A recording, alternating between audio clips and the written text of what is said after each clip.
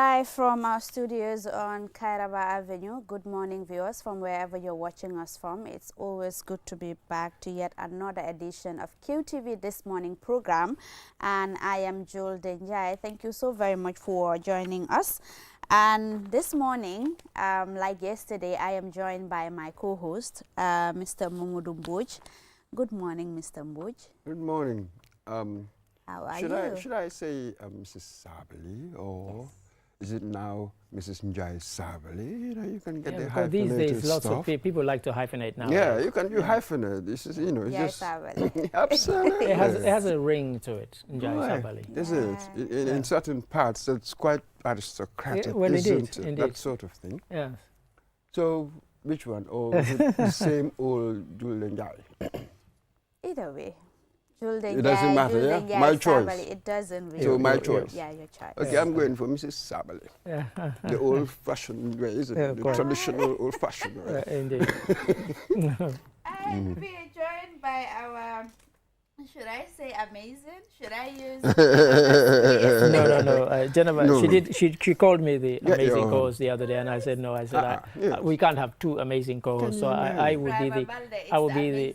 Yes. You So know, I'm as the if you're not twins. so. I'm the not so amazing. Not so amazing So co-host. our newspaper review guest is Mr. Adi Drame. Good morning. Good morning, Julde. How are you?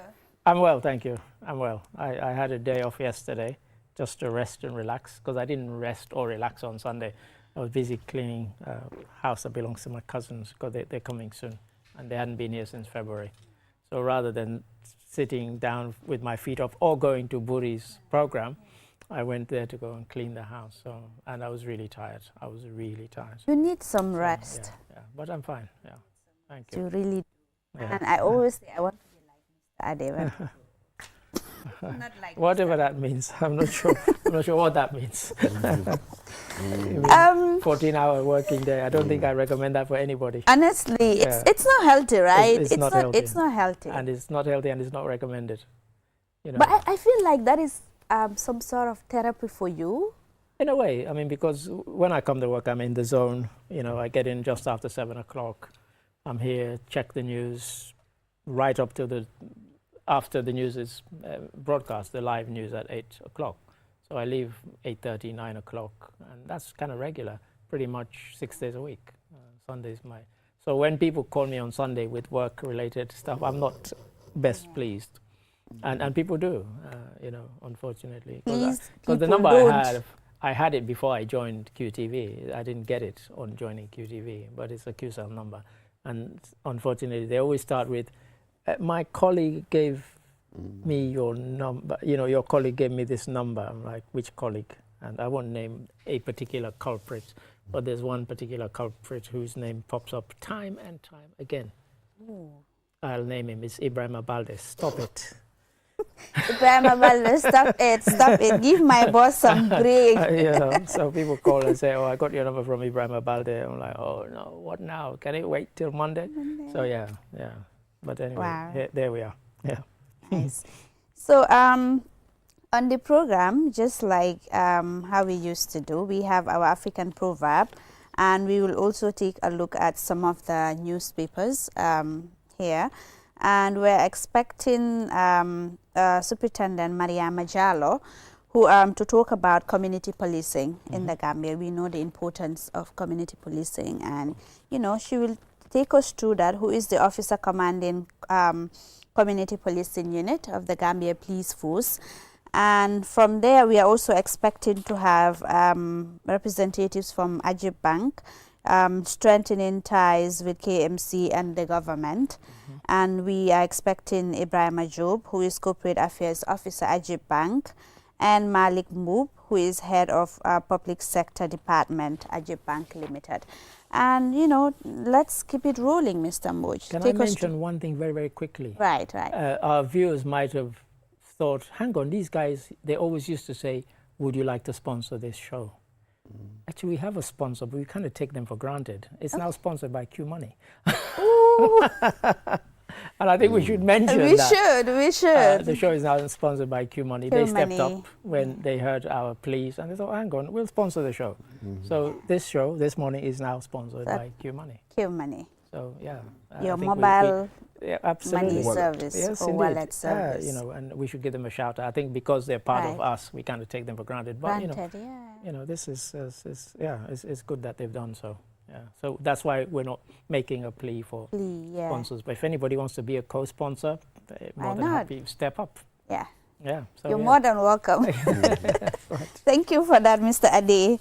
Mr. Muj, what does our African proverb say this morning? It's like it's a Bambara one. Yeah, so I see here that it's a Bambara one. Quite interesting. What use is fear? Does it prevent death? Not necessarily. It doesn't. Two questions there. It Very interesting. It depends. So, of course, the Absolutely. Bambara people, you find them, you know, across various countries in West Africa, a lot of them in Mali, of course. It's an interesting one because, you know, what use is fear? Does it prevent death? Well, it depends because it can put you on the alert, make you alert. The fact that you fear something might happen, it might make you take precautions that could possibly prevent death. It could be, you know, animals approaching that, you know, you need to be wary of, and you know, your fear of what that animal might do to you might make you arm yourself better and take certain precautions. So, you know, in a kind of literal sense we're talking about, but also I guess they're talking about preparedness. You know, what does fear make you do? Does it make you flee, or does it make you stand and fight? You know, what is the use of fear? Sometimes the fear of failure, for example, is what drives people on to study harder, you know, and so we can't take it always in the literal sense about does it prevent death, but it could prevent failure, you know. Fear of failure could make you take certain precautions, do certain things to make sure that you do not fail. But that's so, right. Like what I love about these is there's not just one interpretation, and that's why we always throw it around and say, what's your take on it? Well, that's one of mine. And by the time the two of you have had a go, I'll probably think of 10 others. But that's right. But that's a good one, Mr. Ade. Mr. Mbuj, what is your own interpretation? Absolutely. We need fear. It's a reflex, isn't it, for survival. It's just as basic as that. But again, we see it in other aspects of our lives where it could be paralyzing. That's it. It beats you down and cripples you down. You know. Yeah. Imagine, I don't know, I'm supposed to go to an interview or a new job, you know, or some new experience, but I'm so scared. Yeah, go on. I go and I don't perform at all. So let us be careful in what areas we should banish this fear. Remember, wasn't it, who was it? The only thing we need to fear is fear itself. One of the American presidents. I cannot remember whether it was Kennedy or any of them. That's right. Or was it Roosevelt? It might be Roosevelt. It might be Roosevelt. It might be Roosevelt. Yes. Absolutely. So one of the Roosevelts. Yes. I've even heard about this term rational fear. Right. Irrational fear. Quite. You know, stuff like that. Quite. So we should be careful here. The sort of fear that will save your life, or this sort of fear that would stymie your ambitions, that will just sort of destroy you. I'm laughing because and this has nothing to do with fear necessarily, but because you mentioned about people going to interviews and being crippled and so on. I remember my line manager once, he sat on an interview board, and when at the end of the interviews he came out and he was laughing hysterically, and I said, what was funny? And he said one guy came in, sat in front of the three of them. He was so petrified that he performed very badly in the interview, and then he got up to walk out. And when you walk towards the door, there are three sort of identical looking doors, and one of them is a broom cupboard. He opened the broom cupboard and walked in, and he locked it behind him. He was so embarrassed. They had to open and let him out and say, look, we know that, you know, this is a broom cupboard, you know, the door is here, you know, but again, you know, just I guess the fear of the interview had so kind of crippled him. But yes, fear can paralyze you to inaction, and that could, you know, possibly lead to death. So in that sense, it doesn't prevent death. But what's your take on it? mean, I totally agree with both of you. Fear can actually help you evaluate your action in a sense. But again, fear can also make you lose out on a lot of things. For instance, like Mr. Mboj mentioned, if you're to do an interview, or if you're going to get a job, or you're going to a place that you are not familiar with, I mean, because of that fear that you have will not allow you to explore other things. And I think that is really detrimental. And not just that, even, you know, in government or institutions, sometimes you see things that are not going right, but because you're fearful, you fear that you're going to lose your job, you would rather keep quiet and tolerate the injustices that are happening than to speak up and then get fired. And that is what we are saying. So fear can be really detrimental, you know, but I think that is why they say, you know, a fearless someone, you should be so fearless that you don't really mind. It's important that sometimes you look at the negative bit of it. You know, you are cautious of what is really happening. Evaluate the situation and know whether, you know, if I really make this attempt, it's going to do more good than bad. But I think for me, the bottom line is striking a balance to know where to actually apply fear and where not to apply it. Or where fear makes you do one thing or another. So right. it either spurs you into action, or right. it cripples you and you think, I'm just going to sit here and be consumed by fear. Yeah. That's it. And sort of, what I like, there's this term in psychology, mental contrasting. When I'm in a situation, I think about the goal, the award, the trophy I can get at the end of it, the positive aspects.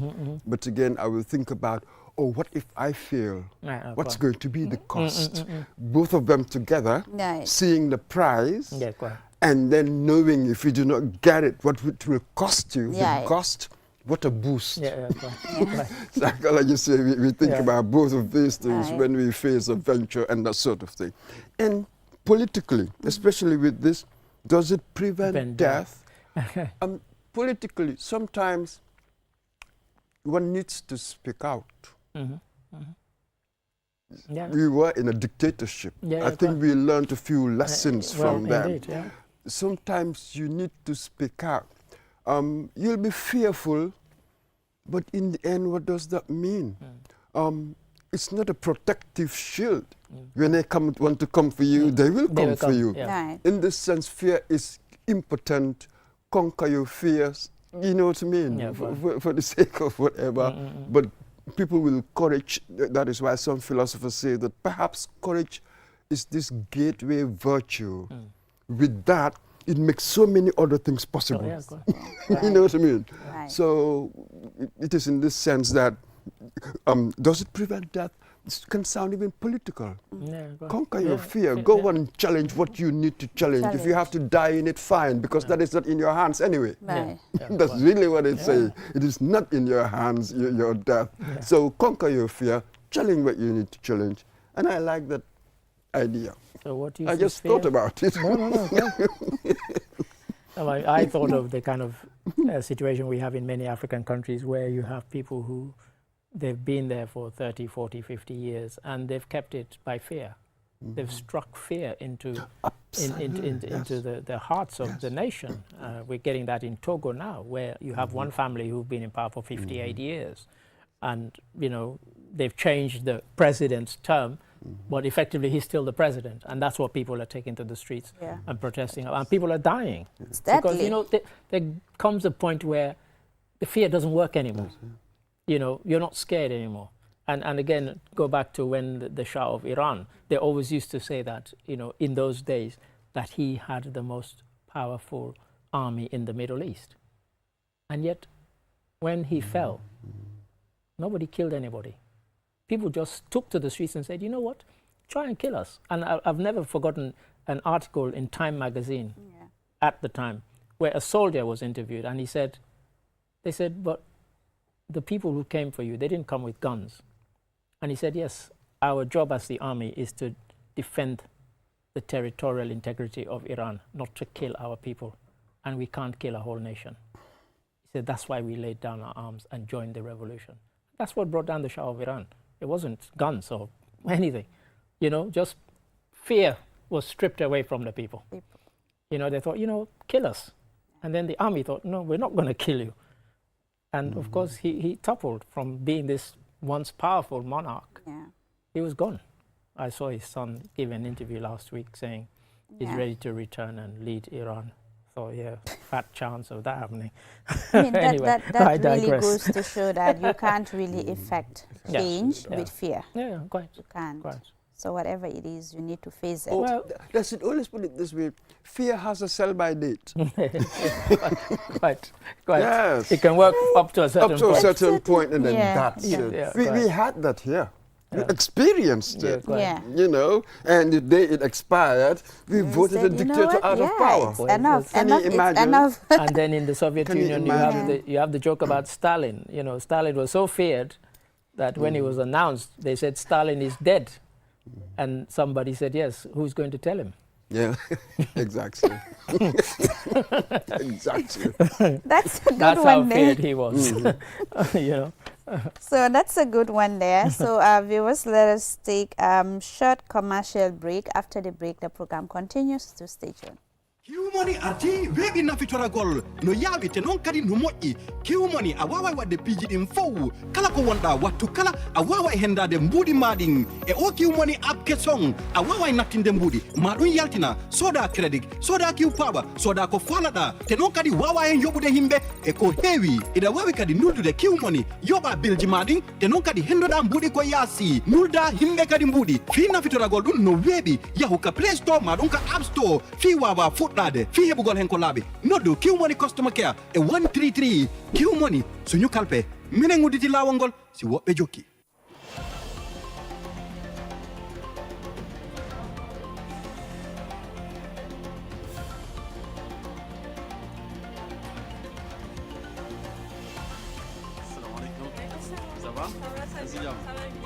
Taking a break isn't about stopping. It's about recharging for the next stage. Welcome to our oasis.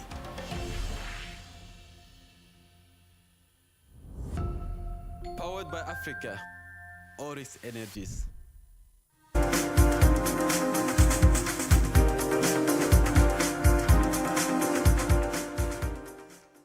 Welcome back. If you're just tuning in, this is QTV This Morning program coming to you live from our studios on Karaba Avenue.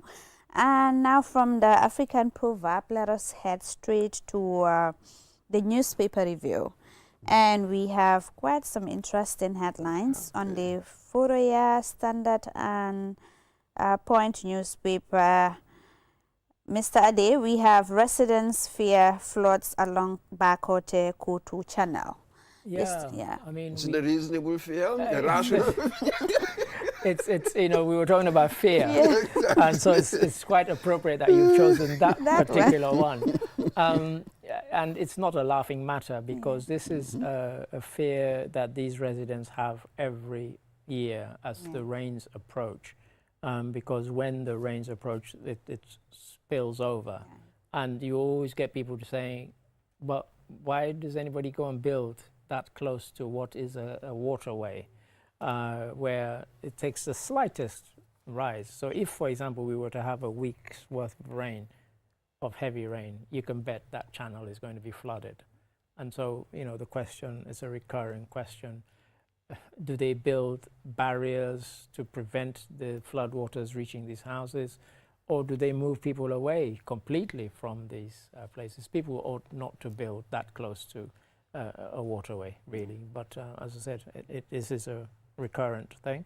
And every year we have this story. And this year is no different until, you know, unless and until that is completely cleared of dwellings, we will be getting this headline, sadly, time and time again. And yesterday we yeah. had NEA the panel of stakeholders, the agencies and others, that are sort of responsible for this sort of thing. And this was it. This was one of the points that came up. The fact that people are choices. really, they make it so difficult. Yeah, you know what I mean? We understand the idea that we need to have an enforcement regime for these things to work, but we all know the shortcomings of this institution. So we are in some trouble for a while. I'm not sure what to give. You know what I mean? Yeah, and some so of the this is what some of issue the is. shortcomings can be quite severe. Because I saw on one of the other online platforms, people were complaining about houses being demolished close to some of these places, and somebody whose house was being demolished said, same people, physical planning, who kind of signed the order for the house. It was physical planning who gave us permission to be, but something dodgy must have happened there, because anybody working at physical planning worth their salt must know that they ought not to have given planning permission. And we saw that quite a lot in the initial stages of when the OIC, there was kind of Operation Clear the Roads, and houses were being demolished that were too close to the highways, far closer than the law allows. And yet you heard people on camera saying, oh, I got it from, here's my paper from physical planning. And the officials were saying, well, if somebody gave you that from physical planning, you bribed them, so it serves you right. Because why would you bribe? You bribe because you know what you're doing is wrong. It's wrong, yeah. And so unfortunately you build your beautiful house, and the consequence is that, 10 years after you built it, it gets knocked down. I mean, some of the houses, I remember one particularly beautiful house along Bertel Harding Highway. I actually felt sorry when I saw it being knocked down, because it really was a lovely house. Big, quite a big house, quite huge. But yeah, it was too close to the highway, and it ought not to have been built there. And so we get this, because as we say, they have these kind of weak institutions where, money, and it's across the board. I mean, you take it away from housing, we were just discussing the other week how many people admitted to having bought their driving license before they'd even sat behind the wheel of a car. That's how, and some of these are quite dangerous. And so the consequences are quite serious. You give somebody a driving license and they've never driven a car. Car is a lethal weapon, and so we have this situation, as I said, sadly, where year after year we have this problem. thing. I mean, even yesterday, Mr. Moj was asking, even though we have all these regulatory frameworks in place, but we are not really making good use of them. They're just For on instance, if someone comes, like the case that you cited, physical planning, you bribe someone to give you those documents, the planning documents, and then knowing that that is not the right thing. But no one is holding anyone accountable. Quite. Because bribery by law, it's a crime. It's a crime that people should be absolutely prosecuted for. Yeah. But nobody ever does. No. You get 1 or 2 cases out of the 100,000 that there ought to be. Our courts will be full of bribery cases if people were properly prosecuted. And because people know there are going to be no consequences, it carries on, and it becomes the system. Everybody accepts that's what it is, and everybody buys into it. That's when the abnormal becomes the normal. Mr. Moj, yes. The devil's circle. how do you break it? Yeah. But this is it, Ade. People who pay bribes, of course, they're culpable in this just as much as the person who receives it. But it's just quite extraordinary. Everybody I know, who sort of, for one reason or another, you have to go to government agencies for this document or that, as we tend to do. Somehow, if you do not have connections, you don't know anybody, you bribe. You see, we sort of also know some bits about social psychology. It is the environment really that determines my behavior far more than my intentions.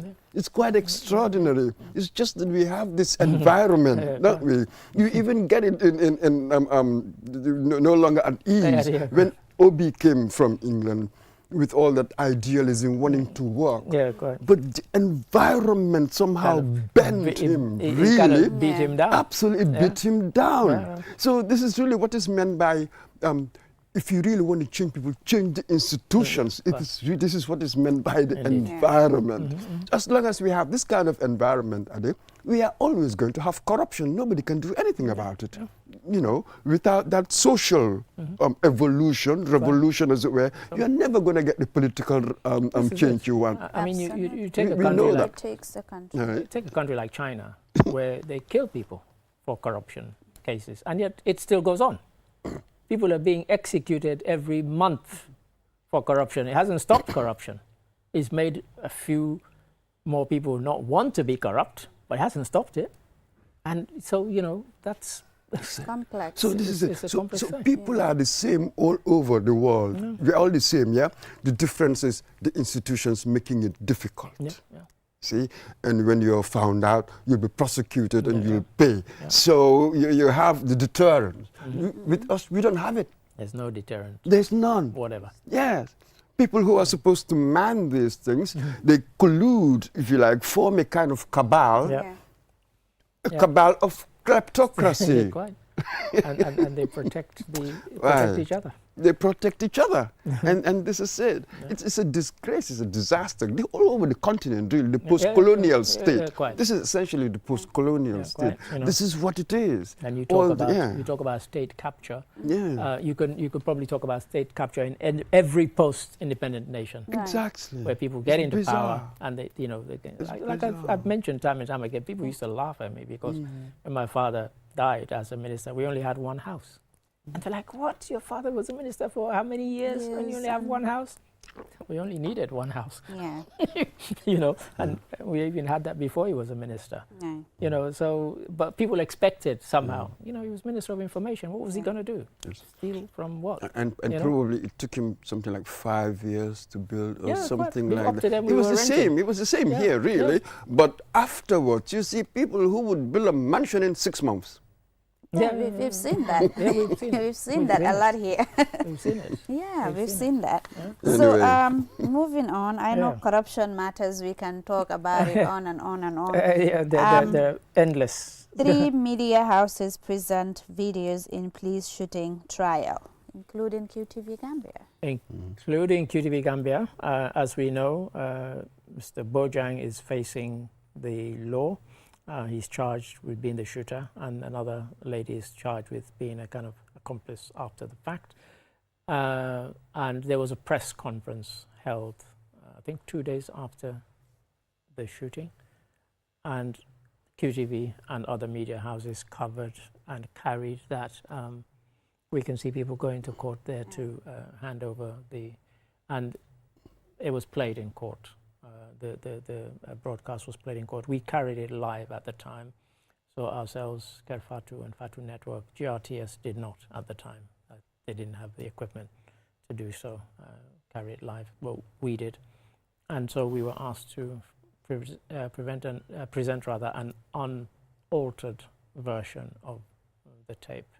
And that was done by our colleague Lansana Tunkara.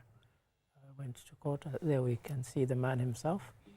And he's there being interviewed about it and you know what it was. So yes, I mean it was obviously we have a duty, without being named the public broadcaster, on that occasion essentially that's what we were. Yeah. And we carried it to the world and you know to the nation and to the world. And of course we had no qualms about you know once we were subpoenaed, we had to comply. Right. Unlike some people.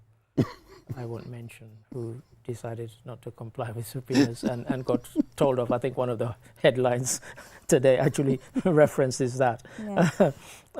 So it was what it was. But the media houses did comply, and as I said, it was played in court. The tape was played in court. Yeah. And the trial continues, of course. Yeah. I mean, another aspect of the trial is that some of I think the deputy IG and others denied having referred to the shooter as a Casamance rebel. That came up in court as well. Yeah, right. Yeah. Deputy IG and government spokesperson Ibrahim Majid Sankare. Uh-huh. Yeah. Yeah. So moving on the Standard newspaper, you have former Deputy Ambassador Kamara accuses government of forced retirement. Then PMO rejects the allegations. Yeah, I mean, we kind of were sort of having a quick chat about this before we came on air. I mean, ambassadors and high commissioners, they are shuffled and shunted around. It's what they call a mobile post. There are no guarantees. You know, whichever government takes over might decide that they don't like your performance as high commissioner or ambassador, and they move you on from the post. It's not a job for life, never has been. So I'm not sure what the circumstances are. Yeah. It might be that he was removed as ambassador somewhere and not given another ambassadorial post, and that's what he's talking about, the forced retirement. But one would have to delve into the story to know exactly what happened. But they can be moved and at any time, really. That's it. At the behest of the government of the day. Right. And I have to be honest with you, really. When I read it, to me it was laughable. And I just moved on. Why is that so? Why? What does retirement age mean forced retirement in something like the diplomatic service? They appoint you to a position, ambassador, whatever, and they recall you anytime they want. The notions of forced retirement doesn't arise within that context. Yeah, quite. You know what I mean? So this sort of enforced, I want to carry on, making it as if giving himself the moral high ground. I've been removed, but they really shouldn't legally. It's a fake, false argument. But what obtains in other countries? The ambassadors, should it exactly be a political appointment? They tend to be. Yes. They tend to be, whether we like it or not. They tend to be. So I can remember in Sierra Leone, for example, when there was a man called Chaloba, who was our High Commissioner, Sierra Leone's High Commissioner to the United Kingdom. He was really, really good, and he was the best we'd had in a long time, in about 10 years. And we didn't want him to be removed. But he called me one day and he said, I've been told I'm going to be recalled. And, we protested, wrote a letter, but it was for nothing. And he's the first High Commissioner that I can recall who, when he was removed, the Sierra Leone community in England gave a huge send-off party for him. We'd never done it in 30, 40 years of me being in the UK. We'd never done it for any High Commissioner, but we did it for him to show the high regard in which he was held. That's it. But let's be careful here. I can appoint a High Commissioner. He was political, he supports me, but a brilliant person. Oh, yeah. You see, let us be careful here, all over. You know what I mean? So let us be careful. Just being political doesn't necessarily mean that the person is not good. We shouldn't equate the two. So this is it. It's political, but again, perhaps I, as a president, would think, yes, I'm not simply going to send anybody there. Right. I'll send somebody who is competent with the right kind of education and experience, as it were, to do the job. Because what governments do, what matters. What governments do is that they look at what are the big posts globally. So United States, China, United Kingdom, European Union, and some others. And they think, okay, who am I going to appoint here who can advance the interests of the country? Albeit it's a political one, I've removed somebody, but I have to put somebody there who's going to deliver. So yes, you can't just give, just because it's political, you don't give it to your cousin because, that then brings embarrassment on you if the person doesn't perform. So they have to be up to the job. Look at recently, Britain's ambassador to the US. Now the relationship is really very interesting. Peter Mandelson, the person who engineered, as it were, this new Labour project. So he's been highly critical of Donald Trump to the extent where many people in Britain, on the right certainly, thought that they wouldn't dare appoint him there. But they did dare, because he's good enough. And they didn't care what... Labour, the political angle, Labour, but a highly skillful diplomat. So this is it. This is what we must be subtle, more nuanced. You know what I mean? Right. I appoint one of my own to that, but the person must be competent, must be good. And he was briefly my minister. That is important. When I was at the Department for Business, he was very briefly our minister. And my teacher, I used to study every move he made when I was learning about politics. Brilliant move. I once held a newspaper report which described him as the Prince of Darkness. And he walked into the lift as I was reading it, and I tried to hide it, and he said, "It's okay, I've seen it." Interesting. The Prince of Darkness. Can you imagine? That must have been an awkward moment. But it passed in an instant because of the way he said it, in a very light-hearted way. He said, "It's all." He could see that I was trying to hide the headline, and he said, "It's okay, I've seen it." Another headline on the Standard, you have NPP reacts to more defections of grassroots officials. We've seen a lot of officials, 12 executives from Jalambang and grassroots executives resigning to join Keba Madi Bojang's newly formed National Democratic Party. It's what happens with political parties. They leak, and it's part of the kind of birth pains of this is the newest of the big parties, NPP, and some people no longer feel comfortable within its ranks, and they defect. It happens. Just as other people had defected to it, people will defect from it. It happens globally. Nothing unique here. It's news because it's from the president's party, effectively the ruling party. And so, normally people cross carpet to that party, not from it to another party. But it makes it all very interesting to see, what kind of,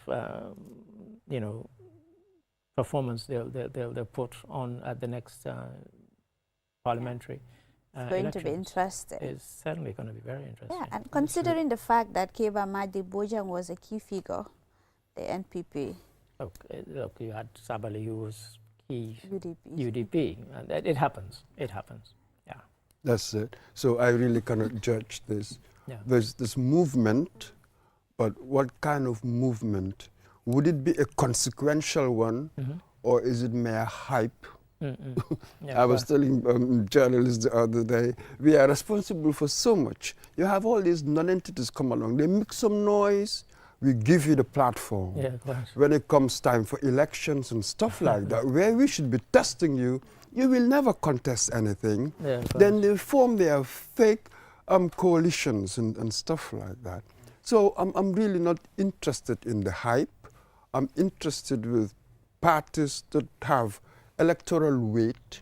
That's really what matters in the end. Sure. How many parties do we have? How many have contested? We had ward elections. We had 17 parties coming up to the last election. Absolutely, in stuff like that. I mean, come on. We're expecting more in 2026. Of course, more, and some of them you cannot take them seriously. And people just want to say I'm the head of a party. And then elections come, they don't even get, even their family members don't vote for them. So, yes. So I'll wait, I'll suspend judgment and see whether this is a consequential move. I do not know. There's just so much hype around, really, and I don't want to be part of it. And if they break away, how different are they from the party that they've broken away from? What is their agenda? What sets them apart? We had the kind of back and forth here the other day when we had, National Assembly member. And, because, National Assembly members and political parties, they say things like, we want to empower women, we want to empower youths and so on. What does that mean? For me, it's a meaningless phrase. And the simple question, because it's not, people can go online, because people were saying your question was not answered. And my question was simply this: how do you create 10,000 jobs? The president has said he wants to create 150,000. You've criticized him. Okay, tell me how you're going to create 10,000 if you got into power. And you can put that to every political party, and I bet you almost none of them can answer it. But they will all give you this spiel about, we want to empower youth, we want to create jobs. How? Simple question, one word, how?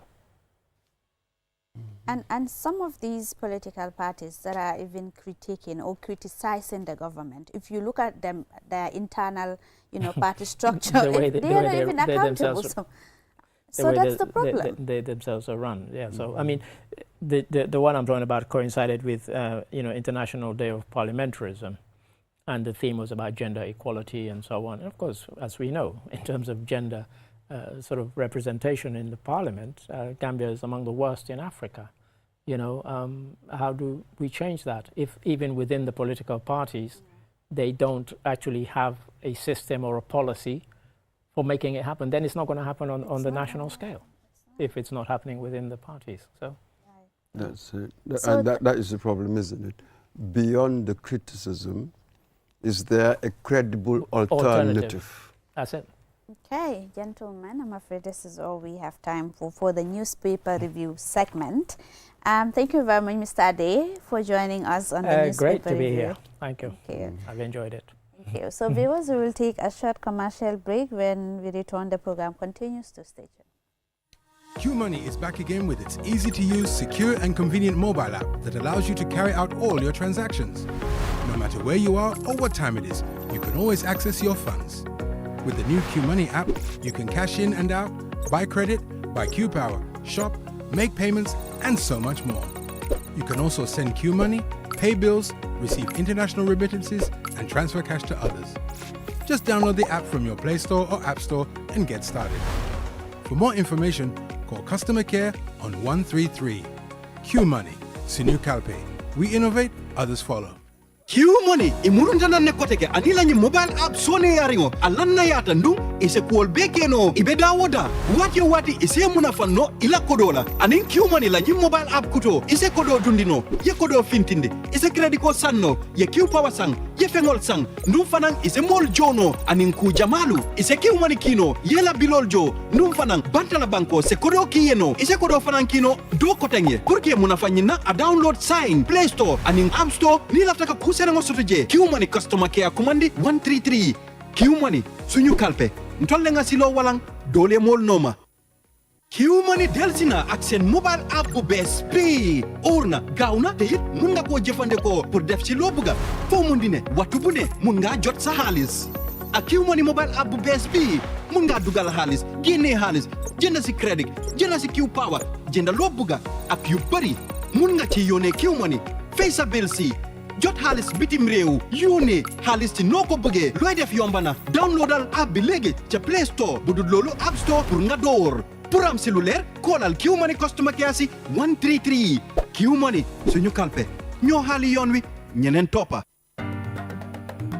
QCell mooy suñu boss QCell mooy suñu boss QCell mooy suñu boss soro go ebe dawa full network suda tili QCell ni lafta diamla wati jamala mune diata QCell most reliable network jumala geta wati QCell wo quality man nyon soda jam ona manke QCell hanibe wulo ni farole kono walante be bako na jala fayola network ko se taria QCell suñu boss ñu fi njeka indi 3G ñu delu taxi 4G plus and now we bring you 5G 5G first and only 5G provider suñu boss itela follow adi doron nesa keno Gambia bela nyon tawo fele QCell ko fasunta buka busi QCell itela moldi milka kukutol nati Gambia QCell meda lori la kilianol yele imanyina amanda wala itela ka quality dila dadi ma itele silo wala wodol mume be keno ma QCell suñu boss QCell suñu boss QCell suñu boss QCell suñu boss Conex solo be bambandi QCell suñu boss QCell most innovative QCell suñu boss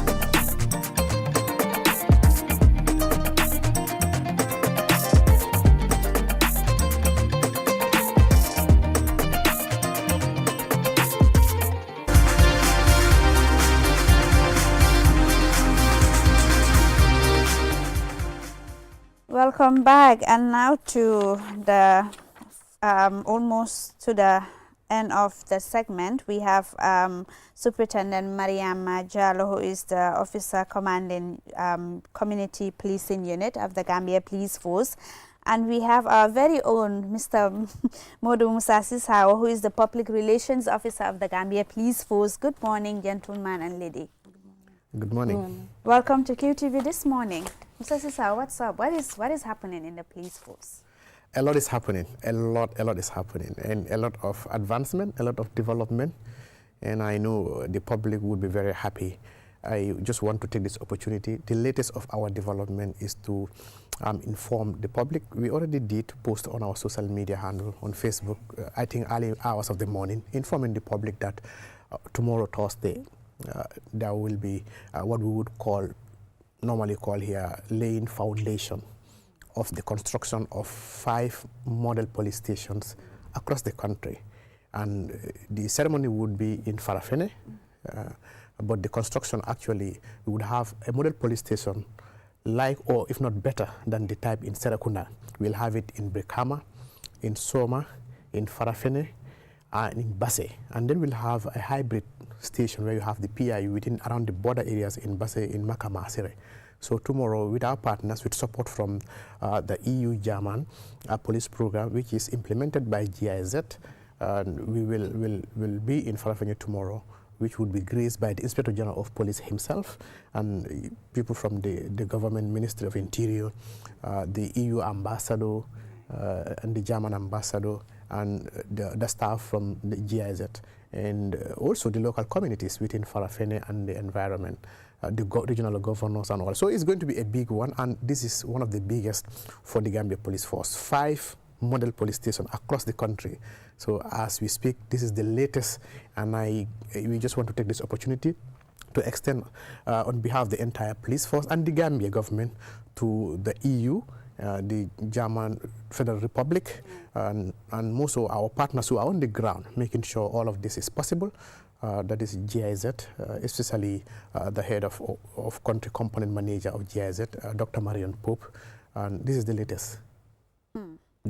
So how is this going to be different from all the police stations that are around? Because we know that maybe year in, year out, we hear that foundation stone laying that, but the impact that this is going to have in the police force. Thank you very much. We are aware, most people would say when they go to the police stations, it's not fit for purpose, because most of the stations were built, ages. But most importantly, some of them are even rented, are not owned by the police. You understand? So having to have this model police station, you could see the one in Serekunda. The good thing about it is, is democratic policing friendly, because you're going to have detention centers for juvenile differently, for male and for female, and it also accommodates for special offices for child welfare, women's affair, because sometimes it's difficult. We don't want to mix the two. Children might commit certain things, but again, you don't want to put them where adults are. It can affect their psychology and other related. And I think this is important. So we are talking about democratic policing. So in that, we expect that this is going to help that, and also to, most importantly, as far as staff welfare is concerned, also to provide a conducive working environment for police officers to be in a decent standard environment. You've seen Serekunda, it's one of the ones that we are proud of, right? And we've also seen recently the one in Essa, which is yet to be inaugurated, supposed to be inaugurated by His Excellency the President, but supported by a UNDP. It's one of the latest, and it's very gigantic and very good. So this is the expectation. All our regional headquarters will be having this, ensure that we have good space and provide all the facilities that will support policing within the regions. Right. So now to just one quick one. All right. I have to say, congratulations for the nice infrastructural developments. One has to say that. But I wonder, though, when it comes to operational efficiency, surely that also must be part of the big things that you're doing, because in the end, that is what people will feel, isn't it? Yeah. How well are you doing in operational efficiency? And what metrics do you use to judge, to assess how well you're doing? Yes, thank you very much. This is ongoing because it's part of our routine activities to provide service, because as a police force, it's service that we provide to the public, in ensuring that we address their needs. And part of that is, routinely we have stations where people would come to complain. But also we have our activities where we go on visibility patrols, community engagements, like the community policing units here. They are on a monthly or quarterly nationwide tour. They just completed, even last week, they are going to different communities within the Greater Banjul area. So this is all to be able to see how we can bridge the gap between the public and the police, so we understand what their concerns are. Coming to metrics, just cutting it short so that we get there, and without also going deep into high areas. Obviously. That's the one part which is difficult to basically, because mostly what we would do mostly is not the best standard, is observational. You know what I'm saying? There are statistics coming from police stations. They are sending reports and all that, and this goes to the Office of the Inspector General on a daily basis, which tells us the crime, different types of crime that are committed. You know, what is the level in terms of, you know, the frequency, we can say, incident rate and all that. And I think I came here many times, you know, and even while you're asking the question, it rings in my mind that I promised to share that here, but unfortunately up to date, we are unable to get this, you know, to be able to share it with the public. But I agree with you. It's important for the public to be able to see statistics physically, be able to determine last year to this year, or from the beginning of this year to now, the different statistics in terms of crime committed, in terms of accidents, fatal accident, all that. I got your point. That's right. We hope we get without that. the metrics, yes, I cannot judge. Certainly. So now to the topic of the day, community policing. I have here Superintendent Mariama Jallo. Mariama, tell us, what is community policing for us? Thank you very much. Community policing is a partnership between the police and the community to proactively solve problems. Yeah, because we believe without the support from the general public, the police alone cannot do it alone. We cannot do it alone, and we cannot be everywhere. Because if you look at the population of the Gambia, we have over 2 million Gambians, and the strength of the police force is not up to that. So it's going to be difficult for that the police officers to police the whole 2 million Gambians. And before also, we were doing what we call reactive policing, like sitting in our offices, waiting for crimes to be committed, then we react. But with community policing, we said no. We said like proactive policing. Before we sit in our offices, waiting for crimes to be committed, why can't we go to the general public? We know there are problems and come up with solutions together. So like, and the other thing also, like the success of a Gambia police force is not how many people we put behind bars, it's how we are able to deter people from committing crimes. But I believe with community policing, if we have the support from the general public, like crimes, we are not saying that we can eradicate crime in the Gambia, but we can reduce crime. And the other thing also, community policing, people misinterpret community policing. It's not when a crime is committed, it's before a crime is committed. Yes, that's community policing. So how successful has it been since you roll out the initiative of community policing? Yeah, for me, I think it is crimes. Yeah, I think it is very successful. Even recently, now we receive calls from community members to go and sensitize them on community policing. Even last week, we were at Bundung and Ibo Town. In URR, it is working very well there in URR. The community policing, we have what we call the community policing volunteers. These are people who voluntarily work with the police. If they see anything in their communities, they will report, or they can even arrest and hand over to the police. And hand over. It is working very well. Even like we have nationwide caravan, community policing caravan, supported by the GIZ.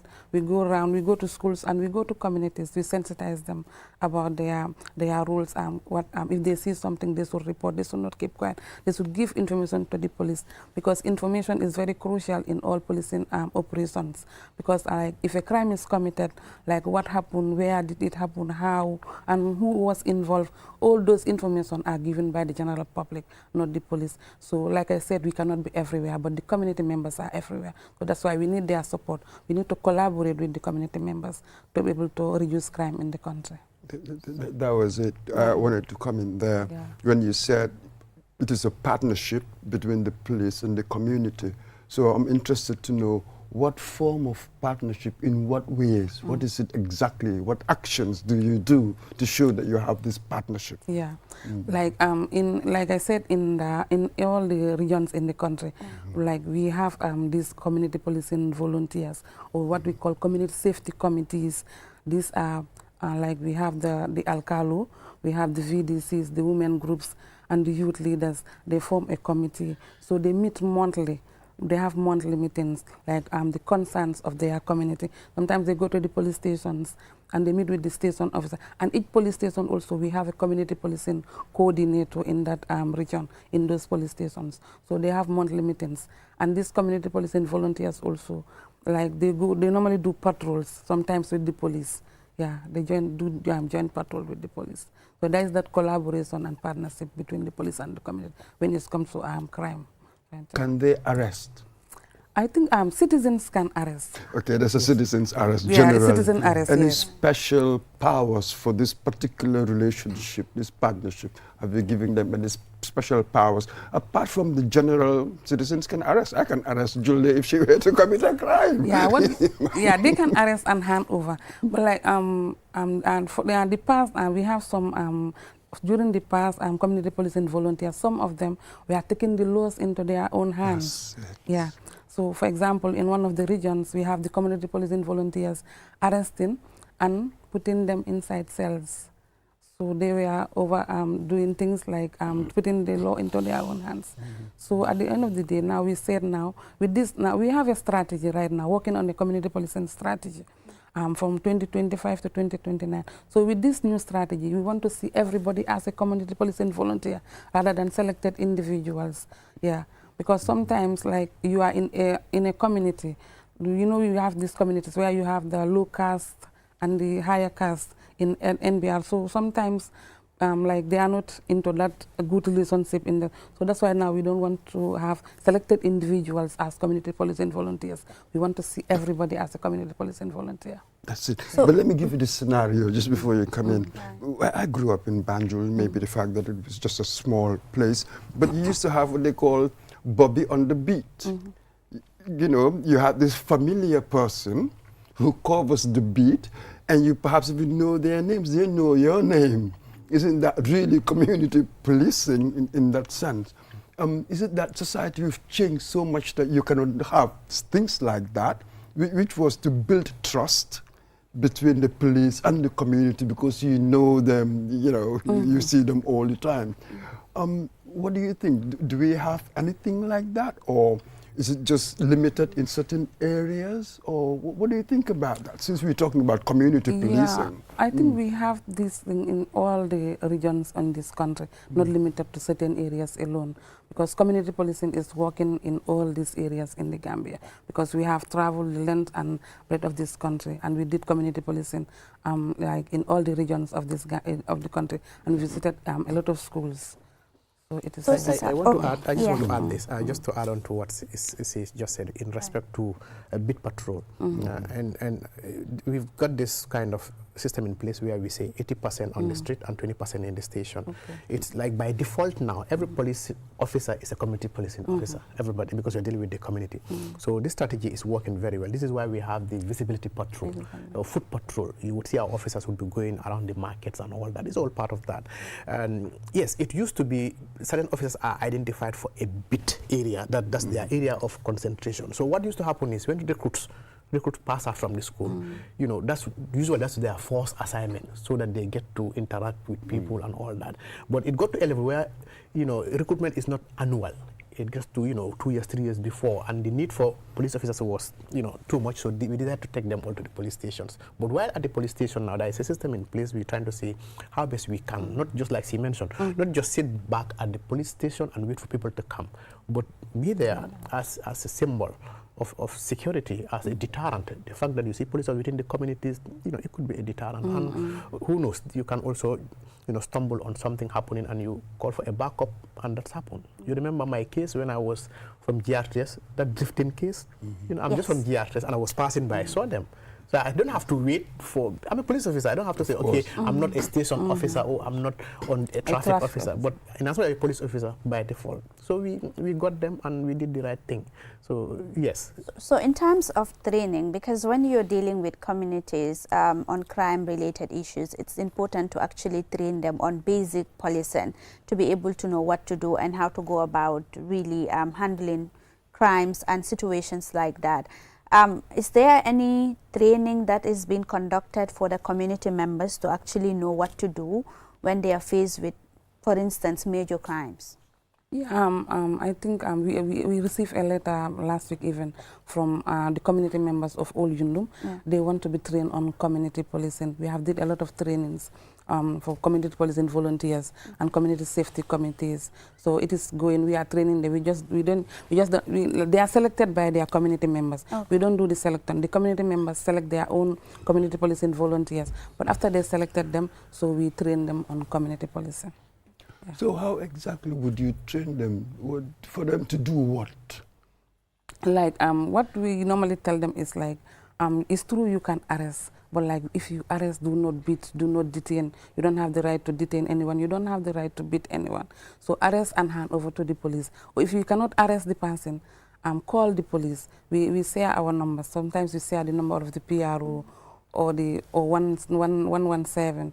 So call if you know that this person, if he's more powerful than me, do not arrest or do not beat.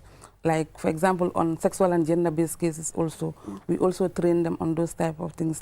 Like, if your child or somebody is raped, do not wash the child, do not take her to the bathroom and wash, just carry everything and hand over to the police. So those are the kind of trainings we normally give them. That's it, isn't it? Here, because what one is trying to avoid is a form of vigilantism. Exactly. You don't want that vigilantism. And I have heard police advise people and say, don't try to be a hero. When you see a baddie doing whatever he's doing, take perhaps as much information as you can for us later on, but don't try to be a hero. So how do you balance that with communities requesting to be trained in these things? Can you see the dangers? Yeah, even Gambia, we know, all of us, we know each other. Even like, if they even identify you as a community policing officer, sometimes they are called an informant. Yes. Exactly. Sometimes you are the one who informs the police, you are an informant. So what we will tell them, if sometimes even like you don't need to go and arrest the person, just call the police or walk into the station, go to the station officer directly, tell him or her that I saw a particular so-and-so is committing a crime.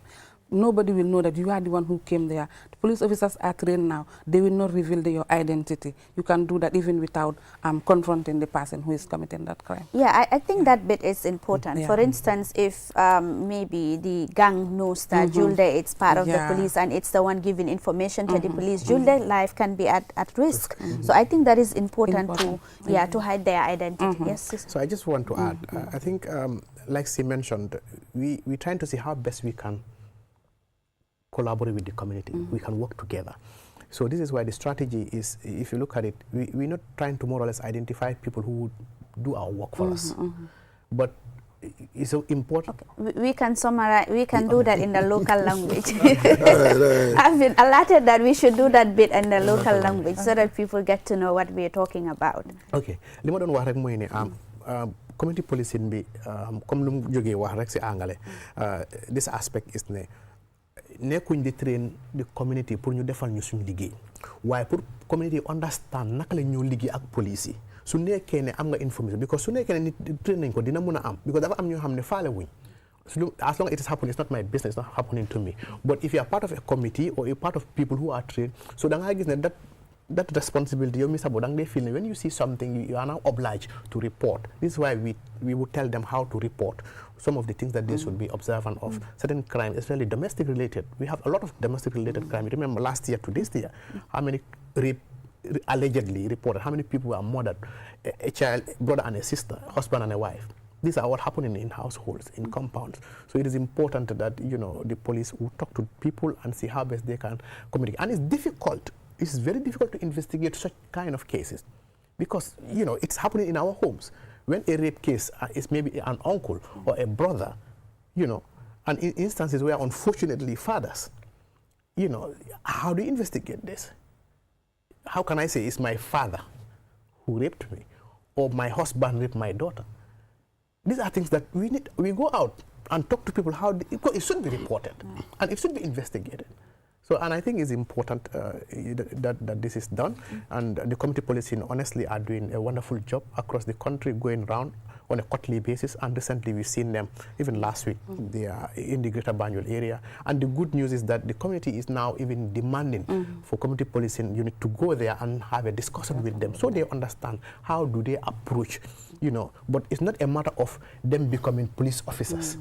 Them becoming informants or whatsoever. They are not informants. With the powers they have, it's like any other citizen. When you see something wrong, you report the matter as a concerned citizen, as a patriotic citizen.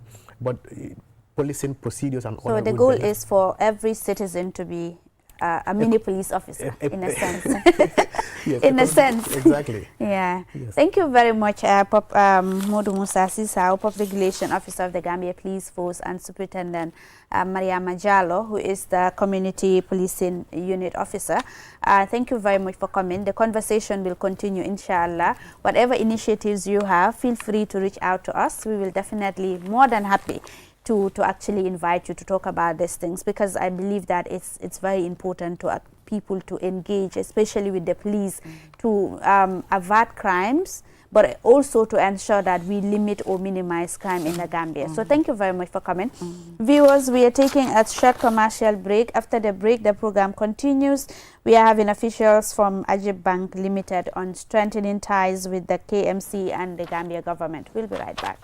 Kiumoni arti webi na fitora gol no yawi te non kadi no moƴƴi kiumoni a wawa wadde piiji ɗin fow kala ko wonɗa wattu kala a wawa hendade mbuuɗi maɗin e o kiumoni apke song a wawa nattinde mbuuɗi ma ɗum yaltina soda crédit soda kiw power soda ko falaɗa te non kadi wawa hen yoɓude himɓe e ko heewi ina wawi kadi nuldude kiumoni yoɓa bilji maɗin te non kadi hendoɗa mbuuɗi ko yaasi nulda himɓe kadi mbuuɗi fi nafitoragol ɗum no weeɓi yahu ka play store ma ɗum ka app store fi wawa fuɗɗa fi heɓugol hen ko laaɓi noddu Q-Money customer care e 133 Q-Money suñu kalpe minen udditi laawol ngol si woɓɓe jokki.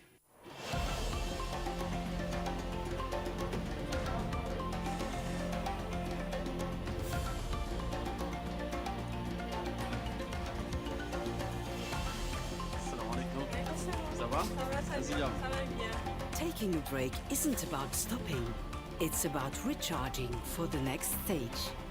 Welcome to our oasis.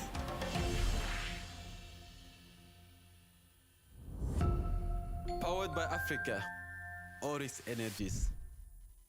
Q-Money is back again with its easy-to-use, secure and convenient mobile app that allows you to carry out all your transactions. No matter where you are or what time it is, you can always access your funds. With the new Q-Money app, you can cash in and out, buy credit, buy Q-Power, shop, make payments, and so much more. You can also send Q-Money, pay bills, receive international remittances, and transfer cash to others. Just download the app from your Play Store or App Store and get started. For more information, call customer care on 133. Q-Money, Sinu Kalpe. We innovate, others follow. Q-Money imurundana ne koteke anila ni mobile app sone yaringo alanna yata ndu ise kuol bekeno ibeda woda wati ise munafanno ila kodola anin Q-Money la ni mobile app kuto ise kodo dundino ye kodo fintinde ise credit ko sanno ye Q-Power sang ye fengol sang ndu fanan ise mol jono anin ku jamalu ise Q-Money kino yela bilol jo ndu fanan bantala banko se kodo kiyeno ise kodo fanan kino do kotenge kurke munafanyina a download sign Play Store anin App Store ni laftaka Senango sotoje Q-Money customer care commandi 133 Q-Money suñu kalpe ntolle nga silo walang dole mol noma.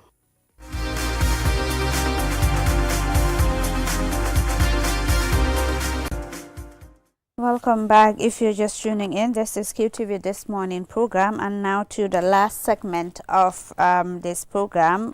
We have Ajib Bank officials, Ibrahim Ajoub, who is Corporate Affairs Officer, Ajib Bank Limited, and Malik Moob, who is Head of Public Sector Department, Ajib Bank Limited. Good morning, gentlemen, and welcome to QTV This Morning program. Good morning, and thank you for having us.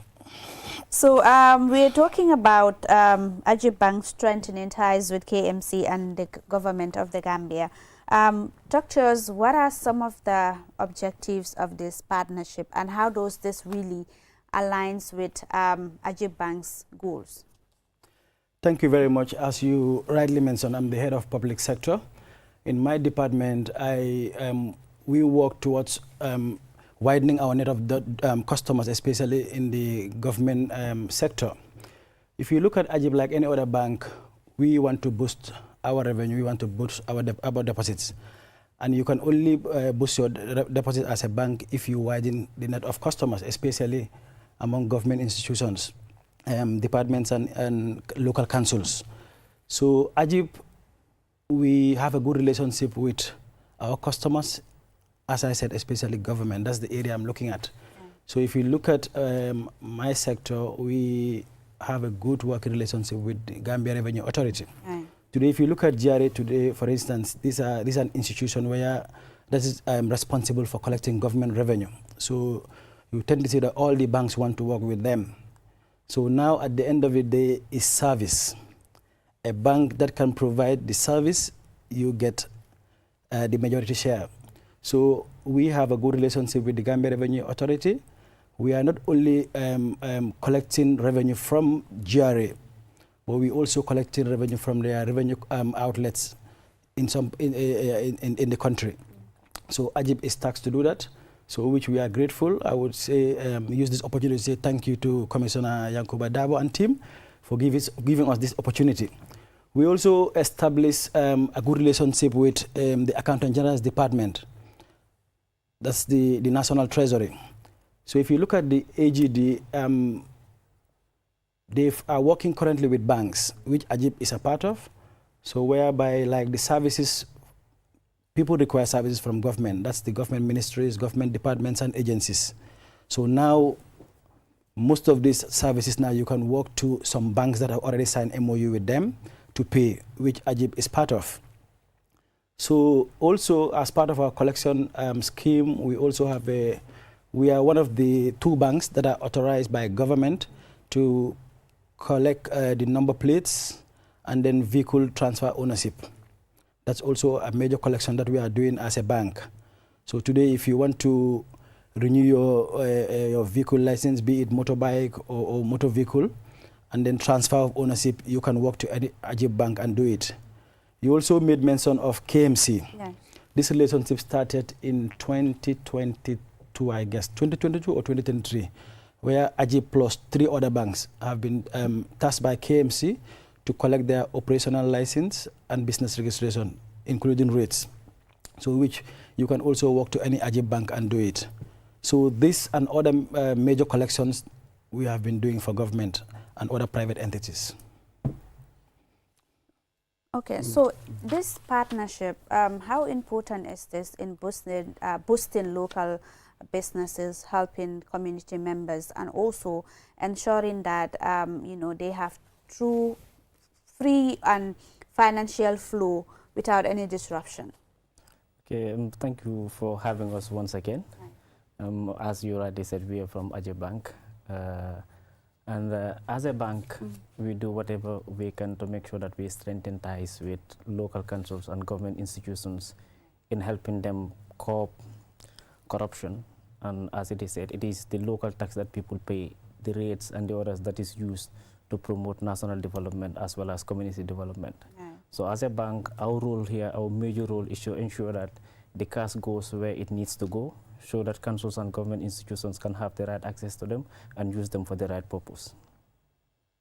That's it. And you are public sector, what was the title? Head of public sector. Head of public sector. What does that mean? Public sector is looking at businesses coming from government institutions. Okay. But if you come down, we have broadened it more. We are not only looking at businesses coming from government. If I say government, this is the ministries, the departments and agencies, including the parastatals and local councils, like the area councils. So then also, we are also looking at businesses coming from the multilateral agency and diplomatic missions, like all the embassies in the Gambia here, the multilateral agencies like the UN, ECOWAS, AU. So the scope is also looking at that. Also international NGOs. So it's very broad. That's yes. It. So then, do you, just one more. Then do you see the whole sort of banking sector sort of having to evolve to certain national imperatives? How do we do banking, given that we want to curb corruption, we want to do this, we want to do that? Is it how banking is evolving towards now, is it? I think this relationship, the banks having this MOU with government is very key. My colleague just mentioned it. Yes. Wherever banks intervene, you will see that the revenue of that institution will boost. You will see that cars that are going to private pockets will minimize. Corruption, we all know, yes, is difficult to eradicate completely. But again, banks can tell you where they've intervened and then the revenues have gone up. This includes private sector and then even government institutions. So I think that's what the Accountant General or the government per se, what they are doing is the right thing. At least it's difficult to eradicate it, but at least if you have banks whereby people will come and pay for services and those services go directly to the bank. So which means the accounts departments, the finance departments now no longer see cash. Everything goes to bank. At the end of the day, all what they end up doing is reconciliation. So which means this has greatly helped because for Gambia, for instance, a tax-based economy. So without our intervention, where are we going to head? So you reduce waste. Definitely. Yeah. So how does the Ajib Bank plan to assess the success or the impact of this partnership? Well, Okay, just as he mentioned earlier, because at the end of the day, when you streamline the income that you have had for a number of years before partnering with Ajib, and after you have partnered with Ajib, you see a significant change. Because before, caste used to be paid, and we are trying to promote a Gambia where we will have a casteless society, in the sense that it will reduce corruption, it will reduce crimes, because when people know you are not carrying cash, it becomes something else. But when it comes to these institutions, just as he said earlier, when people come to the bank to pay directly, and your finance department has to do reconciliation, so at the end of the day, after a quarter or two, or even at the end of the year, when you compare your income with the previous year, you will see that there is a big difference.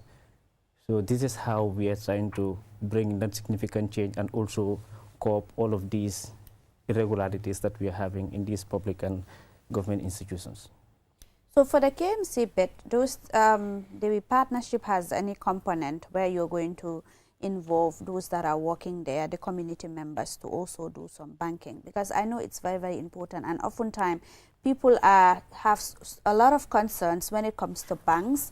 You know, it's either the money that they are taking on a monthly basis is expensive, or the service cost is expensive. So are you also considering, as part of the partnership, to engage community members also to bank with Ajib? Yes, we do it. Normally we organize what is called a market storm, and we should even do one tomorrow in Berkama. Oh. What we do during the market storm is we go to people that are working in the markets, people that have shops that we know do not have the time to go to the banks to open accounts. We help them in opening accounts. And when it comes to Ajib, for our savings accounts, we don't charge anything, because Ajib is an Islamic bank, and we are not required to charge people for keeping money for them. So we don't charge anything. When you bring 10,000, for example, and put it in your savings account, even if you are gone after 2 years, 5 years, or 10 years, when you come back, if you don't find there more than 10, you will not find there less than 10. So we are also trying to engage local people to come up and open accounts, because we are also trying to help them develop financially. Because at the end of the day, when you keep, it helps you, because things can come up at any time. So this market storm is through what we are trying to get to these local people and help them open accounts with us. That's it. I was going to ask you that bit. Yes. I think I need to add to that. Okay. If you talk about Islamic banking, it's different from conventional banking. Islamic banking helps people to grow their businesses. Islamic banking helps people to eradicate poverty. So Islamic banking, you mentioned cost, which is very key. Today, if you walk to the banking, to any bank, you have different departments: retail, commercial, public sector, and the like, corporate. So if you look at our charges as an Islamic bank, it's lower than if you want to compare it with the conventional banks. Because what we are trying to say is that, yes, let's help the society. That's why we call ourselves an investment bank, but not to take from them. He made mention of savings account, which is just one aspect. Even the current account, for instance, today, in any bank you go, the first thing they will tell you that, yes, you will be charged COT. What is COT? Commission on turnover, which means every $1,000 you withdraw from your account, they take $3. If you come to Islamic banking, Ajib, for instance, we said, okay, the salary earners, for instance, how many of them earns more than 20,000? But what we are saying is that for those below 20,000, we exempt that COT for them. So which means now, if you are paid your salary and your salary is below 20,000, you can withdraw everything without Ajib taking anything. The only thing that we take is the management fee, which is the lowest also in the country, $50. So if you go to other banks today, they will mention ledger fee, management fee, all these fees. So at the end of this day, you will see that the minimum they will take from you will range from $150 to $250 plus COT.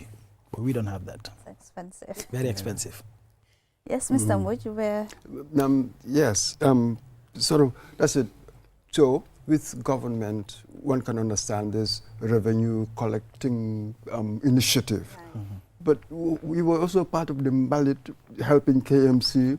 Do you have such partnerships where you finance or pre-finance something, you know, this community, as it were, initiatives? Are you into that as well? Well, you are, but what are the latest? It's good that you reference the ballot project. You see, we are liquid in the sense that my unit, we want to help initiatives like that, especially when it's geared towards national development.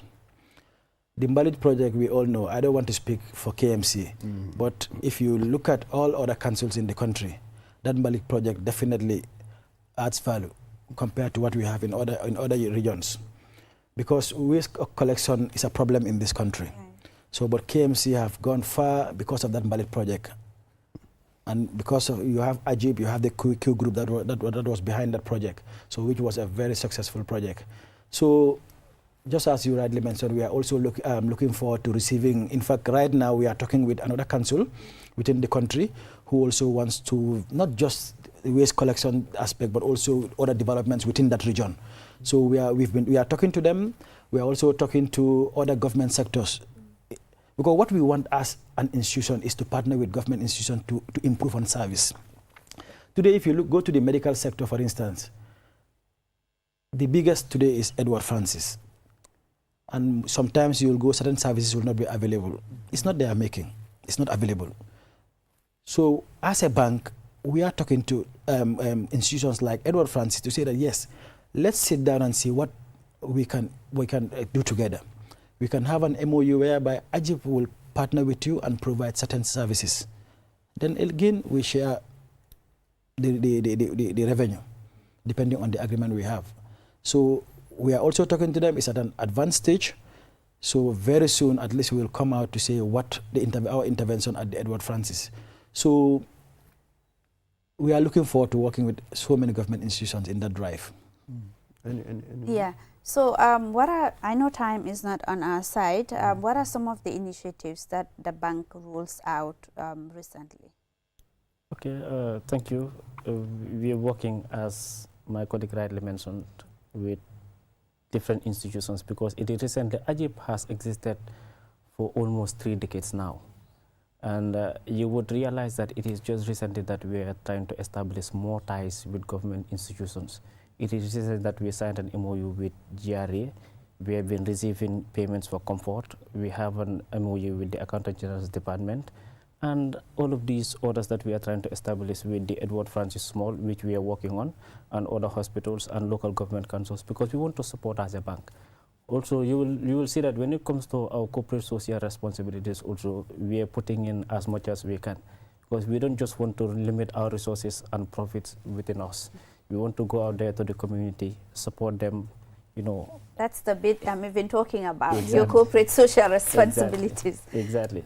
And just this year, in the Ramadan, we did iftar at the Westfield Youth Monument throughout Ramadan, from the first to the last day of Ramadan. And it is something that we intend to continue. You know, we also sponsor the National Azan competition, and it is also something that we intend to continue and even enhance. So you will realize that all of these are things that we are doing for the community, and also wish to come up with different things.